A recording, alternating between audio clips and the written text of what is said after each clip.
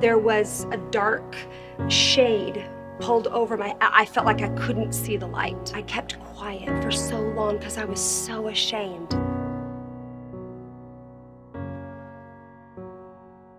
So I've been very public about the fact that I struggled with postpartum depression after the birth of my third child. And, up to that point, to be honest with you, I was probably one of those people that was like, oh, depression, just, whatever, get over yourself.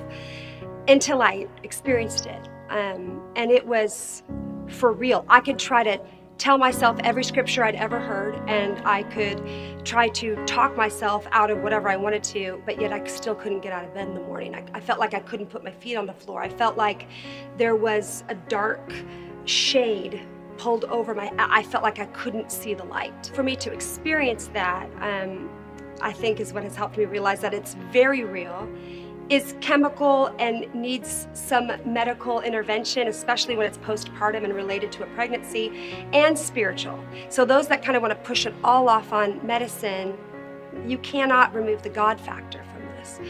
But those that want to say, well, you don't need a doctor, you only need, I don't believe you can separate science and God. I believe science is because of God.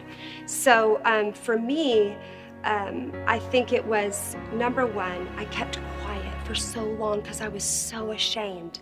And there are so many people in the church that are struggling with depression but never want to talk about it out loud because they're so ashamed. And that is what religion does. So the first thing we have to do is strip away religion, because this is about a relationship with Jesus that transforms you. So I think you have to give voice to what you're struggling with, whether it's depression or whatever it is. That's shame is keeping you silent.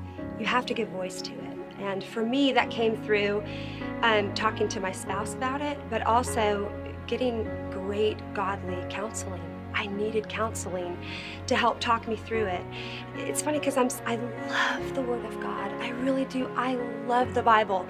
But all those scriptures that I just kept trying to Jesus juke myself with, I don't want to say it wasn't working, because it wasn't the Bible's fault. It was my roadblock that I had in my heart. And again, it was a whole lot of head stuff, but hadn't transferred to my heart. And when you finally allow the truth of who God is and the truth of who He says that you are go from your head and really take root in your heart, that's what helps the light come back in. Washed in the blood.